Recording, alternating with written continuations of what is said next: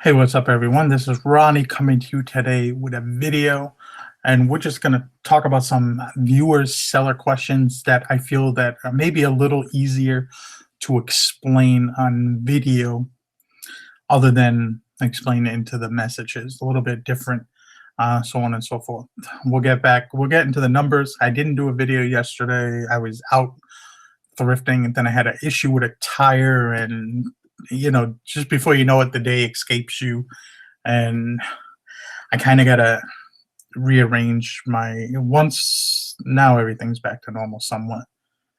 The wife gets back into her schedule next week and everything, so we'll make our videos. Probably shoot for the morning. I'm gonna guess sometime in the morning. But anyway, long story short, on the 21st, which was Thursday, we had six sales for 378.39, and then Friday, which was yesterday, we had five sales for 324.95. So we're kind of, I'm guessing, still in that. I think we're right around 11. We're averaging to finish up on. Now we still got 1, 2, 3, 4, 5, 6, 7, 8, 9. Still 9 days. So good day here, good day there. We could see some momentum, and may we may actually hit our goal. We may not, but still, if we come up even short, we're doing better than we did last month, which is where we want to go. So we'll get into some viewer questions, and we'll go from there. So that's my cheat sheet, and we'll get into some viewer questions and just chat for a little bit. One was from Fashion Outlook. What is your fees looking like for promoted listings? They had to turn it off because they said it was getting too high. Now, you can set the ad rate that you want to, or you can go by their trending rate, which I would not do. I mean, eBay is already basically raping us enough. There's no reason to go and really, I mean, eBay fees for other sites, unless you're selling on Grailed, eBay is actually kind of cheap. I don't know why people are complaining. And we'll talk about that a little bit later with a different question. But generally speaking, for the most part, eBay fees are around 13% when you include PayPal. Not overly bad. I mean, unless you're going to open your own store and do your own promoting and do all that kind of stuff. And we even see people like Pete the Craigslist Hunter have a store, and he sells more stuff online than he does actually in his store. So, you can complain all you want about the platform and their money, but at the end of the day, unless you're going to open your own platform, unless you're you know, I just see this as the way it's going. I mean, there's other websites, Poshmark. I mean, I do see some people who have success over there. There's Macari, but I've really never seen too many people talk about a sales video from Macari. There's the other site, other people are pushing Prairie Dog or whatever it was. I mean, I'm still waiting to see a sales update video from anybody selling on that site. And till I see one, I'm not gonna glorify anything anyway. I have to be doing something. I have to be working on it to talk about it. And that's why we talk about eBay. You're never gonna see me talking about Macari. I don't sell on Macari. I looked into it, didn't like it. Even Etsy, their structure is weird for me. I never understood it 100%. I kind of like keeping it simple, keeping it to so many sites. But anyway, I mean, if you look, let me do a screen share and we'll talk about this real quick, because I mean, you're in charge of your fees for the platform, especially with the, as you can see right here, here is our last 31 days, for what do you call it, doing the promoted listings. And it helped us. We get 36 sales for $303,756, which right now is probably approximately It's probably about 25% of our sales coming from promoted listings. Now, would we have had those sales otherwise? I don't know. But it's getting the item out there in front of people, getting them to see it, that matters. And you can see right here, this is the fees off of that, almost $3,000.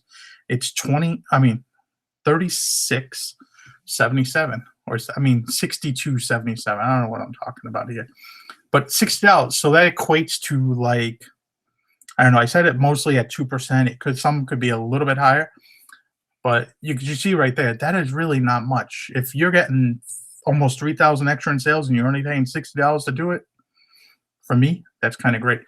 Only thing you have to do is kind of go into this, create a new campaign. You guys could be doing it wrong. I do 500 at a time. As you see here, most everything's in a listing so far.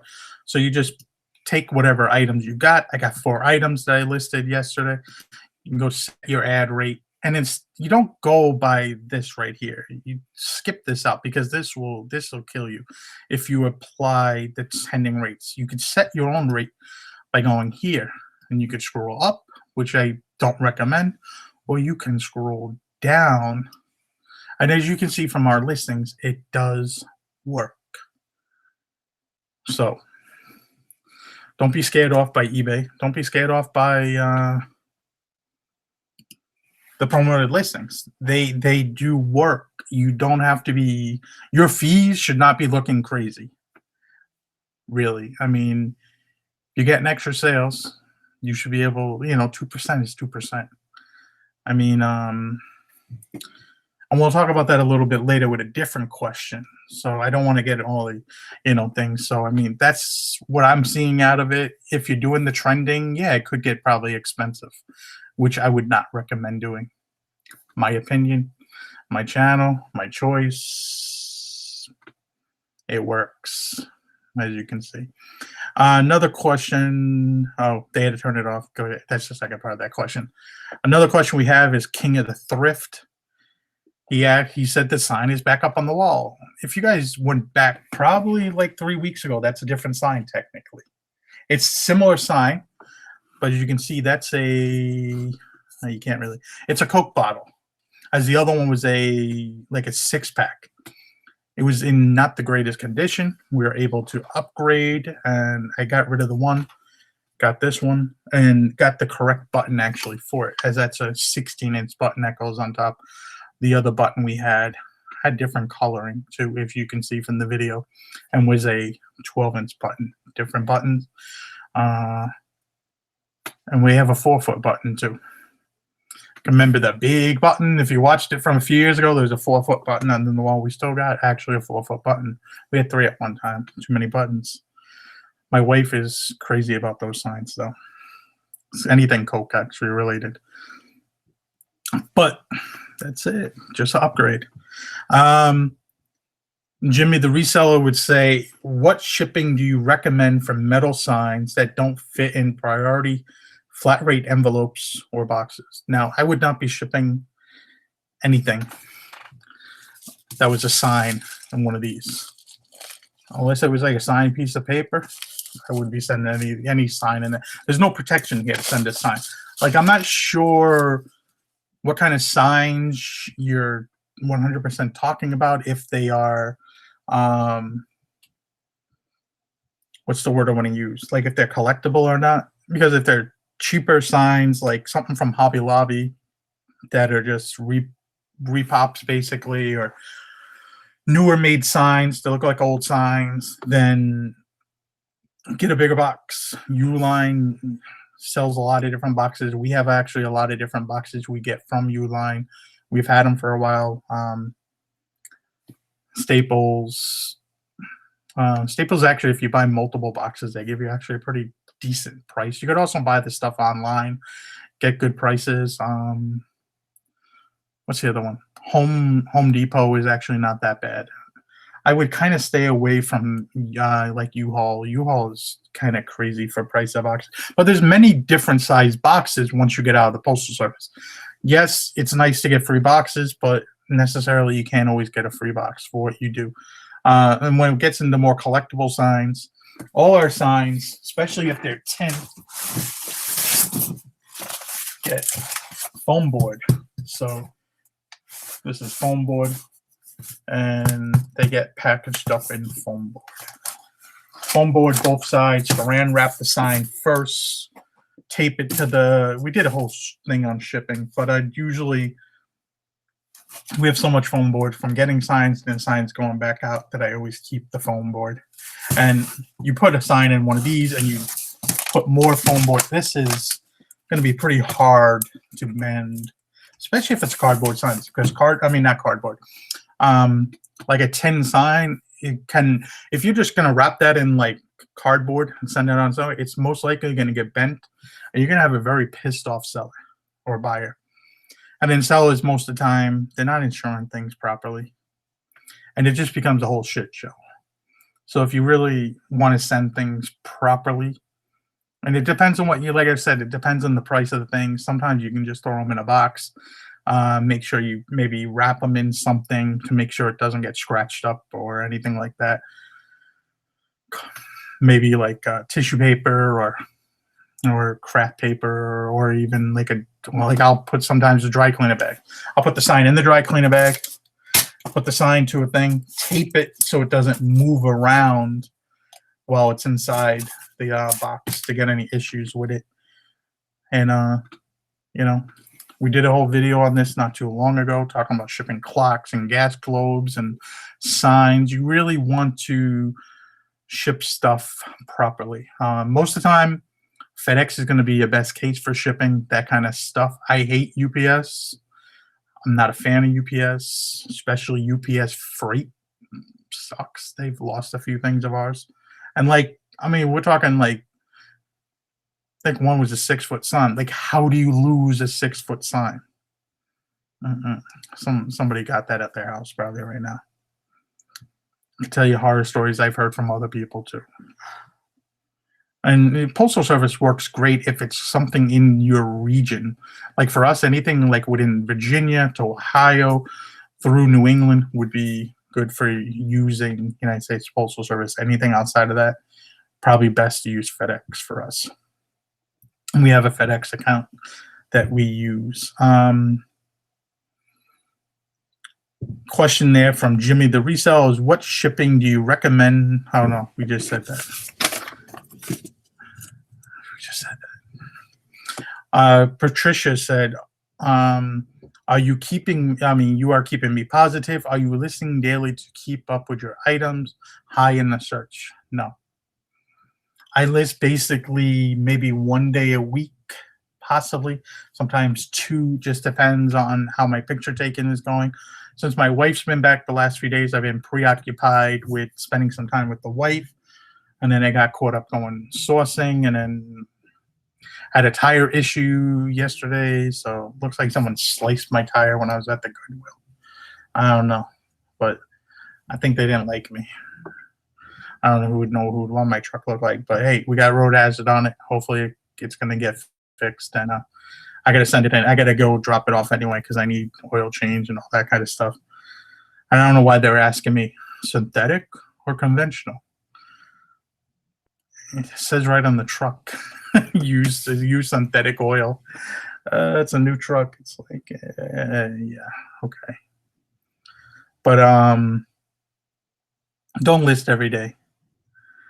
List very few days a week now, usually 1 or 2 days. We do things in batches. I'll get all the drafts done. I take pictures. I'll upload pictures to them, and then I usually edit the pictures in the eBay app, and then double check the listings before I make them live, all basically the same day. So I can't keep up listing daily. I mean, I would probably list daily if I wanted to, instead of listing 50 things live at one time, list 10 things live at one time. But I've never really seen any I've never seen, we've done it a bunch of different ways and different times, and as long as you stay consistent kind of listing at least once or twice a week, I've never seen any difference. All right, somebody else was talking about, somehow I forgot to put their name down. They were talking about their holes in their eBay store, and they were complaining about fees. I guess fees were added up too much for them, and really, I mean, you have the choice of your fees on eBay. I know our fees were just under 18%. That included for the month.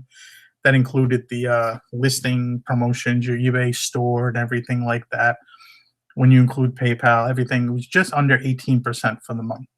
Now, compared to other sites, I really don't think it's that bad. I mean, Poshmark is a 20% flat fee. So right there, it's kind of the same. And I'm getting my money right away with eBay. I'm not waiting for somebody on Posh to basically ship the item and then sign off on my item and wait up to 3 days to have my money available to me.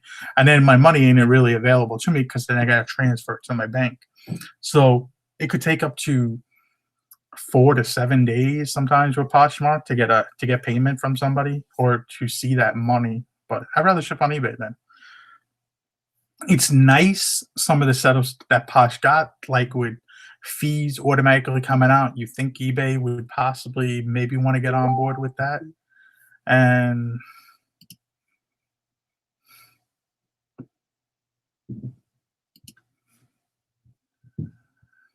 all right, turn Facebook off, talk to Chad when I'm done making this video. But you really want to, I mean, and Grail is probably the only site, but I mean, Grail's not for everything. You can't sell a lot of stuff over there. It's only for certain things. And it's, from my experience over there, I've not had much luck. It was like 6% total off the. And then Amazon, Amazon's a whole beast in itself. Like Amazon is just Amazon. I think we did because we just starting to get our taxes out of the way now. And if I remember right, we did somewhere around 50,000 in sales for the year. A lot of that was over like 2 different periods. There was some months I did 6, and then there's some months I did as low as like 6,000, and then certain months I did like a few $100 just because I stopped sending stuff in. I can only make sales when stuff is coming in there regularly. I do not send stuff there regularly. I kind of do not like the platform all that much, but it's a nice little added income. But with that being said, their fees, and after you come out with the cost of goods, was around 40%. And most of my items were thrifted items. I'm not sure how those Amazon, I don't know how those people paying up for something at like $15 and they're selling it for 25. I don't know how that adds up all in the end. But for me, just buying stuff at thrift stores for $2 and selling it for 20, at the end of the day, I was only getting 40% of that. So go figure. But fees are high in all sites to sell. I mean, unless you're going to create your own site, stuff like that, it's just natural, the beast, and I'm okay with it. I see eBay's commercials on TV. People are buying my stuff all around the world. I mean, we sold only 2 items today so far. One's going to India, and one's going to Australia. So, I mean, they advertise, they're pushing the items, and people are buying it. So I'm happy. I mean, if you're having a problem now with sales, it might be pricing, it could be pictures, it could be just the items in general. And Brent here, he seemed to have a question. He didn't like I didn't answer him back in time. I'm sorry, buddy, but I was busy, and sometimes I can't get to everybody exactly when they want to. So much going on in life. I wish I could answer back everybody's questions quicker, but it's a little bit hard. He just wanted to know, is it really, I mean, is eBay basically a hobby for us, or is this something that we get a full-time living out of? And he wanted to ask us what camera we use. Now, the first part of that question is, I am a full-time eBay reseller, or a picker, flipper, whatever you want to consider it, thrifter, whatever. This is the only income coming into my house. We started doing this 4.5 years ago, I would say, full time, me and my wife. Now, my wife for the last year or so has been outside the house working for JetBlue. I'm working for another airline. So we have another income coming in now, but it hasn't stopped me from bringing in money. It's not like my sales have just dropped off and I'm like, I don't feel like selling this month. I'm going to take the month off. Like this year, going full out, all on, kind of to make a point to a few people. I got messages from last month that was saying, is it possible to do $15,000 to $20,000 being a one person show? And I thought about it and I said, well, I know some people that don't do videos that do that. I'm going to show people that they can do this being one person out of a house. You don't need family members taking pictures. You don't need to buy wholesale to do this. You could literally go to thrift stores, estate sales, and you can get it done. Now, wholesale would be nice, but I'm more of a hunt kind of person. I love to hunt. The scale to a certain point, probably wholesale will be would be a great thing, but sticking back to the thing, going to estate sales and thrift stores and so on and so forth, you can make a full-time living. Now, it depends on what part of the country you live in, what are your expenses, but I can tell you right now, we have probably going out between two different households, car payments, living in one of the higher rent areas in the country. I think it was number 5th in the country, our county. We are, I don't know what I see it in the paper not too long ago, and I kind of laughed because it doesn't seem that bad to me. Because I speak to other people and they're in similar boats. Then I don't know how they figure out that stuff.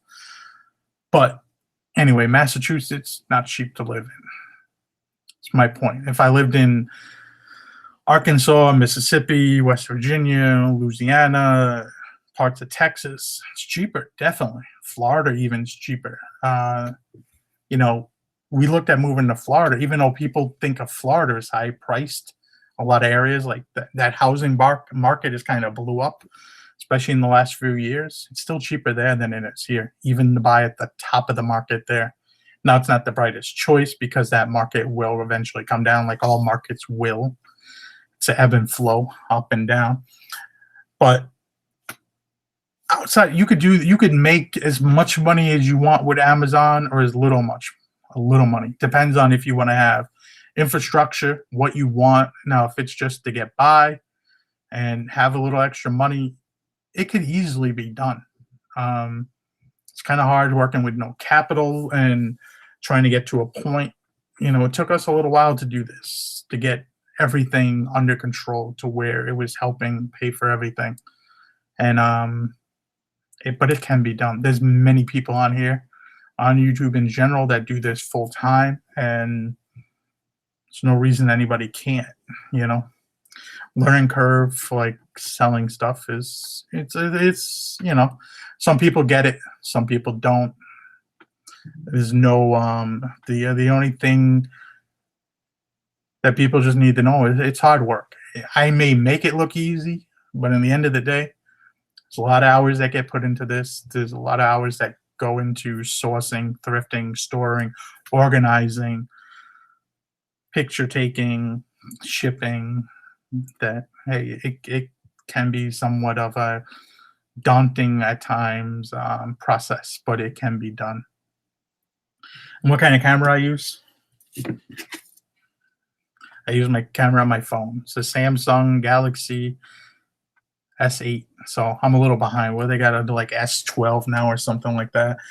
I mean, they seem to make out with a phone every month now. They come out with a new phone. I'm behind. And my phone's beat up and chipped up too. I don't think you can tell. It's like chipped in the corner there. It's chipped over here. It's chipped over here. And it has curved glass. Like who decided to do curved glass? Like that TV that has a curve in it. It's like, man, what are you guys doing to me? But some of the questions that I've gotten over the last few months, but hey, there's apps for your phone too. If your phone doesn't technically work, there's apps for your phone. There's settings. Play with the settings. Try to figure it out. YouTube videos that can help you with anything. And if you're having issues trying to figure out how the best way to take your phone pictures, best thing to do, get a lighting kit also. Lighting kits will help. But Gonna call it for today. Camera, lights, camera, action. Time for some action. Like, comment, subscribe. I'll see you guys later. Have a good day.